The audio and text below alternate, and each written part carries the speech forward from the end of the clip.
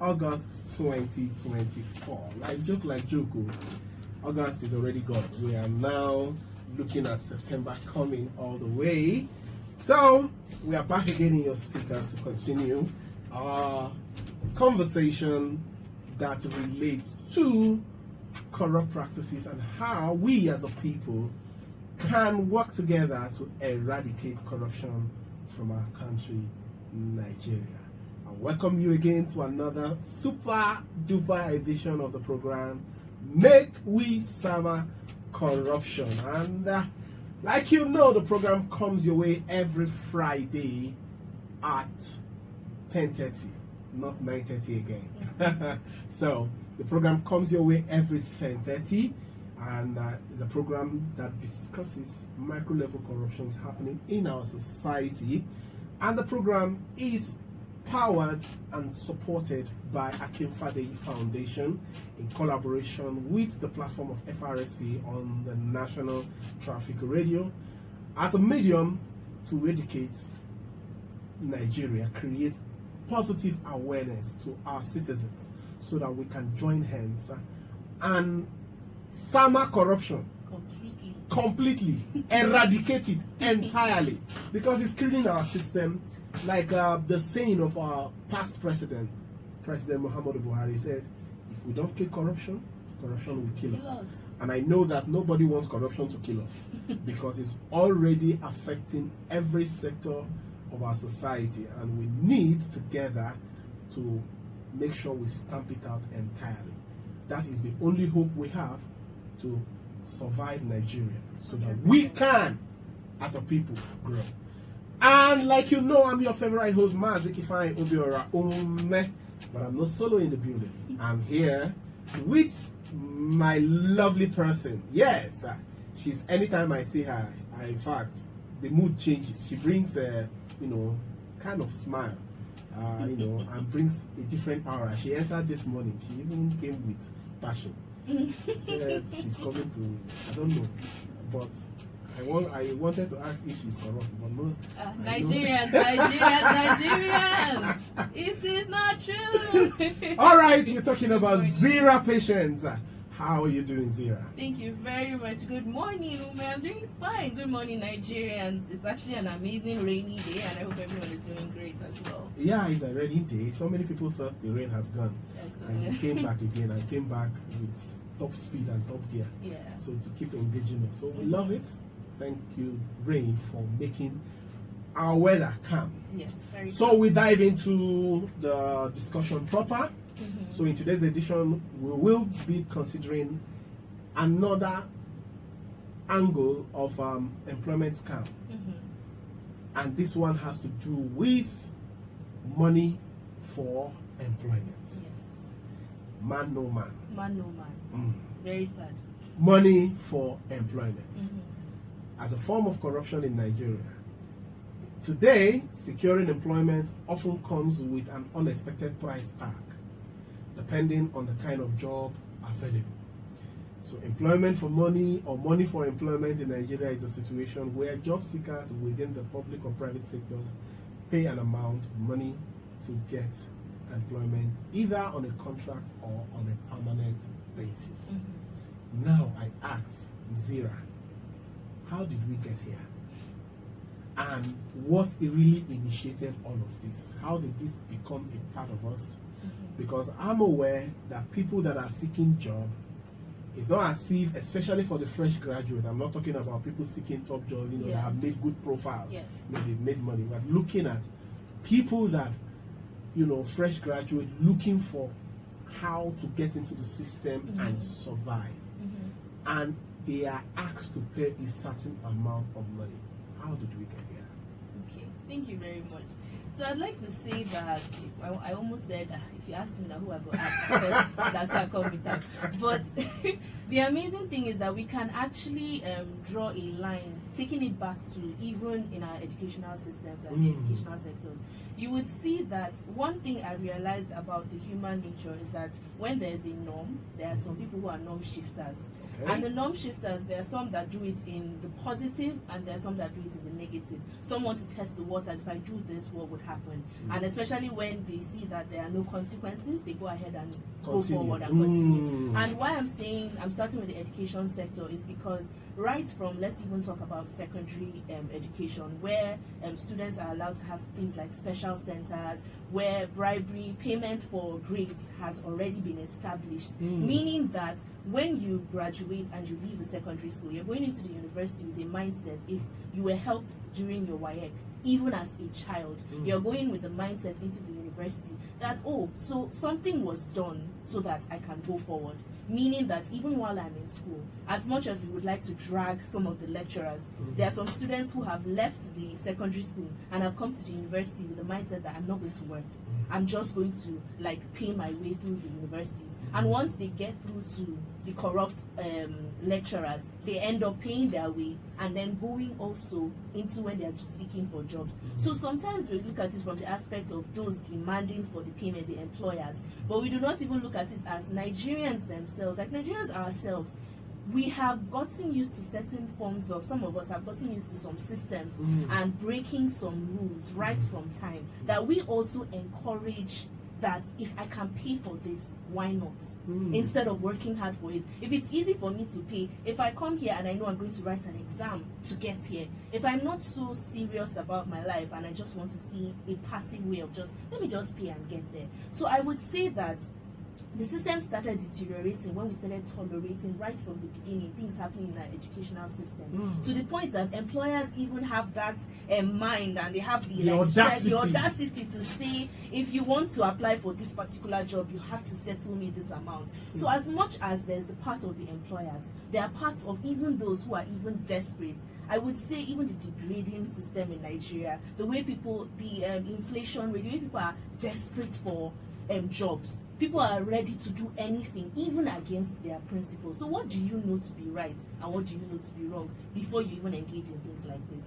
So do you see the trail and the pattern of how corruption starts from here? It doesn't end there. It just goes somewhere else and continues. Keep growing wings. Yes. And expanding. And now here we are, that I want to come into this particular job. I am qualified for it. Now the bad end of this is that people who are actually qualified and want to actually work hard and get the job are now beginning to have that shift, that behavioral shift, that so even if I work hard, I won't get this thing, I'll just pay for it. I might as well look for money too and do it. So now even those who normally wouldn't have conformed are conforming. So it's a case of if you can't beat them, join them. Join the trend. Yes, obviously, because nobody wants to be left behind, right? In a lot of systems, nobody wants to know that after all their hard work, first class no pay, your master's no pay, the PhD you've done no pay, you are a doctor but you do not have a job. How is that even possible? That you spent 7 years or how many years plus, 7 years plus in the university system, and you went through thorough reading and thorough drilling for you to get to where you are, and then you get to a hospital and you're trying to put on your application and everything, and you're hearing in the back end that someone else paid and he got through. And what if you don't have the money? What happens then? Wow. So it's a question begging for an answer. Do we allow this to continue, or do we put a stop? I'm talking to you as a Nigerian and as a citizen. If you are in that position and you are compromising, how do you feel? How do you, put it in your conscience that your actions and inactions are costing the country a lot? Exactly. Now you can join this conversation by calling us on 005-299-7848. 005-299-7848. I don't know if you have any case story that you want to bring to the attention of Nigerians, and also we here talking about it, and also Akin Fadeyi Foundation, or there is a contribution, something you think can be done. The lines are open for you to speak to us. Now, talking about this issue of the root cause, because you just explained where it all started, what we tolerated that degenerated to what we are having today. I'd like to also highlight because somebody made a certain statement and said that Nigerian graduates are not employable.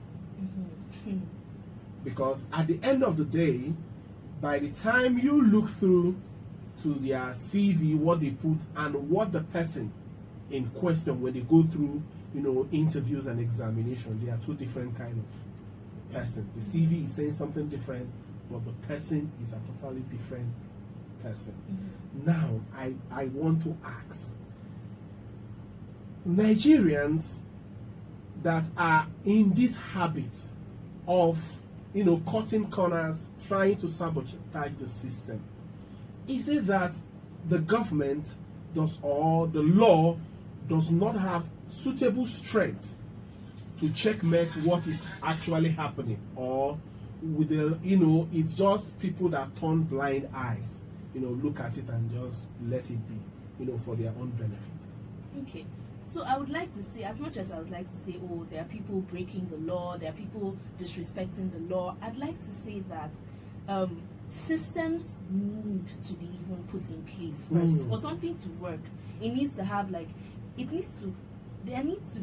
need to see an example. All right. Like a display that shows, because if we're going into, like I say, from everything comes everything. If we go into how political aspirants even try to get to where they want to get to, if we even start talking about that, we will see the root cause of many Nigerians have built a certain expectations, and they've gotten to the point where they're just like, it will be.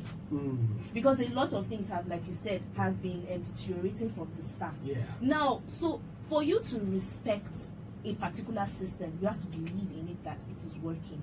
So I will not even 100% blame those who are trying to frustrate the efforts of even the government at some point, because I'm seeing the level of people who are tired and people who are trying to make it work. Now, the government have put measures in place. If you see in universities, there are structures, there are rules against certain things. Rules against falsifying your results, forging, rules against bribery and things like that. And I think even in the government agencies, they have rules set up in place, whistleblowing acts and stuff like that. But then at the end of the day, when people break the law, what is done? Is there like a public display? Are people able to see that because someone did this, these are the consequences of that action, and for this reason, this person has lost this great opportunity? But then if you keep encouraging, in one way, like you said, actions and inactions encourage people to do a certain thing. So if there are inactions and you already know that there are bad eggs in the government agencies that have already created a structure where for every single little step and procedure there must be bribery, then 100% you're going to have a lot of citizens believing that that is a norm. So why should it change in my own part? Because a lot of Nigerian youths are employable. I would beg to even differ. Okay. Are employable because I see Nigerian youths as a set of hardworking individuals who, I would say, and I'm saying this maybe because I'm a youth as well, so I understand what it means to be on the streets. I understand what it means to finish school and start searching for jobs. So first of all, where are the opportunities as much as we would like them to be? I know that the government have put measures in place. I know that I've seen agencies putting measures in place. I've seen non-profit organizations, grants, banks, and things like that. Opportunities are out there, yes. Nigerian youth need to do better when it comes to searching for legitimate opportunities. And we should remove the mindset of cutting corners, because that mindset already makes you feel like when you get to a point where there's compromise, you will compromise. Because, now you were talking about Nigerian youths being hardworking. Yeah. Now, as an employer of labor, would you go for somebody who is hardworking or somebody who has knowledge in a particular, section you want to employ? When somebody is hardworking but does not have the prerequisite knowledge, it's two different things. That means you have to start afresh, retraining that person. Now, how do we now correlate with balance with somebody being hardworking and somebody having the prerequisite knowledge to actually engage the work he or she is employed? Okay, 100. So first of all, as an employer, I would never want to employ somebody who has falsified their results. Because when you have an interview about, like, okay, so if we even go back, I'm so sorry that I keep going back sometimes, but if we go back to the educational system and the degrading system, we would see that someone may go and study sociology, right? And has actually applied that they wanted to study law. And because of the system where you would, as much as you try, you have the qualifications, everything, and you're trying to apply for law, that is your passion. And you keep applying and you don't get that admission. And you eventually say, okay, let me just go and study sociology. At the end of the day, you may not come out as the best sociologist because your mindset is that this is my passion, this was where I wanted to be, and this is where I am now. So I feel like even from the start, those things should be addressed. If somebody wants to study something, it shouldn't be, the government should also check these systems to make sure that those qualified to study what they're meant to study can study. Given what the courses to study from the start. Because you can't start judging somebody that went to go and do animal husbandry because they wanted to study medicine and they didn't get medicine. Why are you not getting medicine in the first place? That's a question with your qualification. So now if you judge it on that basis, I would say Nigerians, I would definitely employ somebody that is hardworking still. Even if it means, I feel like some of these employers should get with the system and get ready to train people. Okay. Get ready to train people. If you see somebody who has qualifications, but not necessarily, and it's actually very hardworking and it's open-minded to learn. This is a technological generation. We are learning so much at a given time, and we have so much a vast field for you to train somebody. 1 week, 2 week training for some particular levels of work, not medicine, obviously. You wouldn't operate on somebody with 2 weeks training. But some of this training, if you put it in place, you can actually empower Nigerians. And I see a lot of organizations doing that as well. They give short courses, little things to make sure that you cannot throw somebody, you cannot throw the baby with the bathwater. So that you have realized that something is off does not now mean that if this person is hardworking, this person can definitely carry on this particular job. You can train the person. So who do we now hold accountable for this menace of employment, money for employment? Yeah. Is it the people who are sabotaging the system? Is it the system itself that created an opportunity for it to be sabotaged? Or the people who, the job seekers themselves? So who are we actually talking to now that needs, to understand that what they are doing is actually damaging not only the image, but the value system of our country? Thank you for categorizing it, because you made my work very easy. So first of all, let's start from the system. We will blame the system. Okay. And we will blame the system because certain things that have deteriorated and have been tolerated by the drivers of the system is already trickling down into the the administrative team, trickling down into our common Nigerians. So I would say generally the system, government agencies, government officials, the government needs to do a better job at making sure that there are strict policies against employment, money for employment. Strict policies that are advocated for and put out there. We should have a communication system where everywhere you can see it clearly that it is being, the government is saying we do not condone this. Enough, with a loud voice, enough for Nigerians to also see when they go to those places and they are being told this, they will come out and talk about it. So Nigerians that are already tolerating it should not tolerate it. Just because you want a job does not mean you need to pay for it. And sometimes Nigerians even suggest the payment. I can come to you as an employer, and because I see so many other people, I want to cut corners. So Nigerians that are used to cutting corners should learn to stop cutting corners. There needs to be a behavioral change, and it needs to start from the top. But we as Nigerians, we need to decide within ourselves that if I go to a particular place and they are making me pay money first before I get this job, then where is integrity? Where is honor? I'd rather basically look for something else. But then why I say the system has to be in place is because Nigerians can't suffer as a result of a system that is deteriorating. So if in the first place we're having that, we're not saying the government is condoning this thing, but actions and inactions make other people suffer. So if you do not act on something strongly and show that you do not support it, and make sure that there are ways that Nigerians can adequately go into this system, let it be streamlined. Government agencies should never be found collecting a dime, and when you are found, you should be thrown out of the system completely. that you collected something. So you should be made as a public example so that other people would see it and not do that. So if the government agencies do this, it will trickle down into other systems, and Nigerians would also see that if I want to pay for a job, I cannot even pay for it because nobody's going to respond to it. You get? All right, thank you so much. It brings me, as we were, discussing this, I remembered a young lady, I think a few days back, I think most likely Monday. She's a graduate for the past 2 years or 3 or more, but haven't been able to secure a job. So she was sharing her story with me. She did an interview, she passed. Somehow the head of the organization, called her because he knows I said she should come and do the needful if she wants to get employment.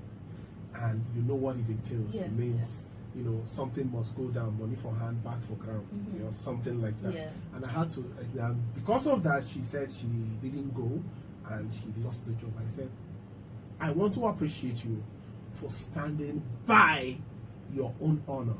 Yes. Because it won't only end there. If you had started, you won't finish. You understand? He will always use that as a yardstick, to hold you accountable to something or threaten you to lose the job. Anything can happen. So it's good that you resisted it, you refused going there. Whatever that has been destined for you will definitely come seamlessly. Yeah. And in fact, it sounded encouraging to her, and I think every Nigerian youth, whether male or female, should borrow such courage. If we really, because when there is nobody to give, there will not be collector. So if you refuse to give, then it eliminates the factor of collection. And when definitely there is no giving and no collection, the real process must take effect. Yes. It means the qualified must be given what they are due for. It's all right. So we've been talking about these root causes, and now in all of this, we want to see what can be done to address this situation, remedy it, so that Nigerians do not continue to fall victims in the hands of this corrupt individual. So talk to us or to Nigerians. What do you think can be done, whether in the side of the government, in the side of the law, or in the side of the people? What do you think can be done to completely eliminate this issue of money for employment? Okay. So I would say, first of all, government agencies at all levels should work towards making their recruitment processes seamless and transparent. It needs, like I keep saying, it needs to start, it's like a father of the house. It needs to start from him, putting down the laws, putting certain rules, and putting things in place. So streamlining this process in a way that it stops going through like direct in this individual, that office, this office. There's a lot of bureaucracy that shouldn't even be there. Bottlenecks. There are a lot of bottlenecks. You shouldn't have to sort out this person on all levels. Already it's breeding so much corruption, it's breeding so much hostility and so much behavior towards corruption more than anything else. So the government agencies should be clear that all the levels should work together and making their systems streamlined, making it in a way that corruption cannot thrive. Because it's almost like we're in this space and then there are mosquitoes. There's a way we would buy mosquito repellent and we will spray it all around this room, that every single mosquito in that room will be affected. We kiss goodbye. Do you know that has to be done. And I think the government actually needs to set a system where they can catch and weed and sift out the people collecting the money. Let them be caught and let them be reprimanded. Let them be taken away and fresh people will be put into place so that there's a public example. One, I'd also say we should leverage technology. There's so much technology right now that as soon as, I think there's so many application processes that recruiters use these days, that you put your CV in. As soon as your CV is not even aligning with their key focus, to throw your CV out, move to the next.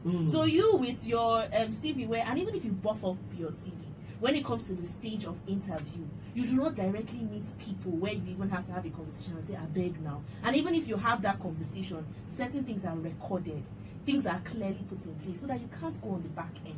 So the use of technology is very important, especially even in the government agencies. I would advise that technology should be used so that there's a system in place that does not condone corruption at all.